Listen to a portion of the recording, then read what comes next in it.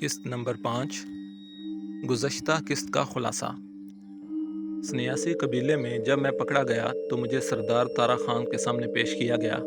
اس نے میرے ساتھ اچھا برتاؤ کیا اور مجھے بتایا کہ خونی بلا ہمارے قبیلے کے زیادہ تر نوجوانوں اور آدمیوں کو مار چکی ہے اور اب تو قبیلے میں ویرانی ہی رہ گئی ہے۔ مزید باتیں رات کو کرنے کا کہہ کر اس نے مجھے ناشی بابا کے گھر جانے کی اجازت دے دی۔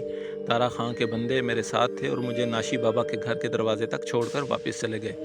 آج کافی عرصے بعد میں اس کو دیکھنے والا تھا۔ کومل کو دیکھنے کے احساس سے میرا دل عجیب طرح دھڑک رہا تھا۔ اب آگے پڑھیے سٹوری۔ جب میں ان کے گھر داخل ہوا تو مجھے کوئی بھی نظر نہیں آیا۔ صحن خالی تھا۔ میں درخت کے نیچے پڑی چارپائی پر جا کر بیٹھ گیا اور انتظار کرنے لگا کہ کوئی تو سامنے آئے گا۔ جھونپڑی نما کمرے کے اندر جانا مجھے مناسب نہیں لگا تھا۔ مجھے بیٹھے ہوئے چند منٹ گزرے تھے کہ اپنے پیچھے مجھے قدموں کی چاپ سنائی دی۔ میں نے جلدی سے نظریں اٹھا کر دیکھا تو وہ کومل تھی جو اب قریب آ چکی تھی۔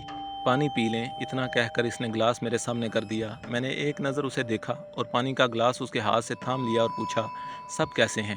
اس نے کہا کہ بس ٹھیک ہیں۔ کیا تم مجھے اچانک سامنے دیکھ کر حیرت نہیں ہوئی؟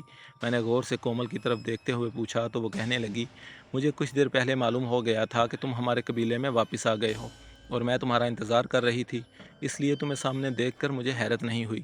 کومل کی بات سن کر الٹا مجھے حیرانی ہوئی کہ اس کو میری آمد کی خبر کس نے دی تھی۔ میرے پوچھنے سے پہلے ہی کومل نے بتایا کہ کچھ دیر پہلے چند لوگ باہر باتیں کرتے ہوئے جا رہے تھے کہ نوجوان دوبارہ واپس آ گیا، جس کی وجہ سے قبیلے پر نحوست چھائی تھی اور اسی کی وجہ سے خونی بلا کے ہاتھوں لوگ مارے جا رہے تھے۔ ان لوگوں کی باتوں سے مجھے فوراً پتہ چل گیا کہ تم ہی آئے ہو اور مجھے یقین تھا تم موقع ملتے ہی ہمارے گھر ضرور آؤ گے، اس لیے میں انتظار کر رہی تھی اور دیکھو تم واقعی آ گئے۔ کومل کی بات سن کر میں نے اطمینان سے پانی پیا اور اس سے پوچھا، کیا تم بھی یہی سمجھتی ہو کہ تمہارے قبیلے پر آنے والی آفت کی وجہ میں ہوں؟ تو کومل نے انکار میں سر ہلاتے ہوئے کہا کہ نہیں، میں ایسی باتوں پر یقین نہیں کرتی، بلکہ ایسی بہت سی باتوں پر مجھے یقین نہیں ہے جس پر میرے قبیلے والے ایمان کی حد تک یقین رکھتے ہیں۔ تمہارے یہاں سے واپس چلے جانے کے بعد قبیلے والوں کی جان بخشی نہیں ہوئی تھی اور ایک ایک کر کے بہت سارے لوگ مارے گئے، یہاں تک کہ وہ نجومی بھی مارا گیا جو کہتا تھا قبیلے پر نحوست تمہاری وجہ سے آئی ہے۔ کومل نے اپنی بات مکمل کی اور خاموش ہو گئی۔ پانی پی کر میں نے گلاس اسے تھماتے ہوئے پوچھا کہ ناشی بابا کہاں ہے اور تمہاری چھوٹی بہن رمشا بھی نظر نہیں آ رہی؟ میرے سوال پر کومل افسردہ سی ہو گئی اور کچھ لمحات کی خاموشی کے بعد بولی، تمہارے یہاں سے جانے کے بعد میرا باپ اپنے قبیلے کے نوجوانوں کی لاشیں اٹھا کر پریشان رہنے لگا تھا۔ اس نے یہ بات اپنے دماغ پر سوار کر لی تھی، پھر ایک دن اس کے دماغ پر فالج کا حملہ ہوا۔ اس کی جان تو بچ گئی لیکن اب وہ بستر کے ہو کر رہ گئے ہیں، سارا دن چارپائی پر پڑے رہتے ہیں اور رمشا اس کی خدمت کے لیے پاس بیٹھی رہتی ہے۔ تمہارے جانے کے بعد زندگی پہلے جیسی نہیں رہی۔ میں اپنی بہن اور خود کے بارے میں سوچ کر پریشان رہتی ہوں۔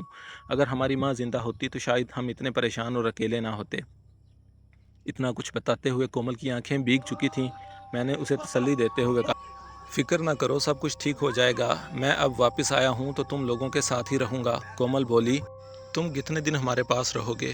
ایک نہ ایک دن تم نے واپس ہی جانا ہے اور مجھے تو یہ بھی معلوم نہیں کہ تمہارے دوبارہ یہاں آنے کا مقصد کیا ہے۔ میں نے کومل سے کہا کہ کیا تم نہیں جانتی کہ میں کیوں آیا ہوں؟ وہ کچھ دیر خاموش رہی، پھر کہنے لگی کہ ہاں، شاید میرے دل کی التجا تم تک پہنچ گئی تھی۔ میں نے تمہارے یہاں سے جانے کے بعد تم کو یاد رکھا تھا، لیکن جب سے خونی بلا نے ہمارے قبیلے کے لوگوں کو بے دردی سے مار مار کر ختم کرنا شروع کیا اور کسی طرح ہمارے لوگوں کے قابو نہیں آئی تو میرا دل کہتا تھا شاید تم ہماری مدد کو واپس آؤ۔ ہو سکتا ہے جو کام میرے قبیلے کے لوگ نہیں کر سکے وہ تم کر لو، یا ہمارے لوگوں کو کوئی مشورہ ہی دے دو جو ان کے کام آ جائے۔ میں نے کومل سے کہا، کیا میں آیا ہوں تو کچھ نہ کچھ کر کے ہی رہوں گا، لیکن میرے ساتھ ایک مسئلہ بن گیا ہے۔ کومل نے میری بات سن کر پریشانی سے مجھے دیکھا اور بولی، کون سا مسئلہ؟ میں نے پیٹھ پر ہاتھ پھیرتے ہوئے کہا کہ 7 قسم کی بھوک لگ رہی ہے، اگر مجھے کھانے کو کچھ مل جائے تو شاید میں کچھ سوچنے اور کرنے کے قابل ہو جاؤں۔ میری بات سن کر مسکرا پڑی۔ مجھے یوں لگا یہاں آنے کا مقصد پورا ہو گیا، لیکن پھر میں نے اپنے دل کو سمجھایا کہ اپنے اصل مقصد پر توجہ دو، یہ نہ ہو کہ یہاں آنے کا مقصد ہی بدل جائے۔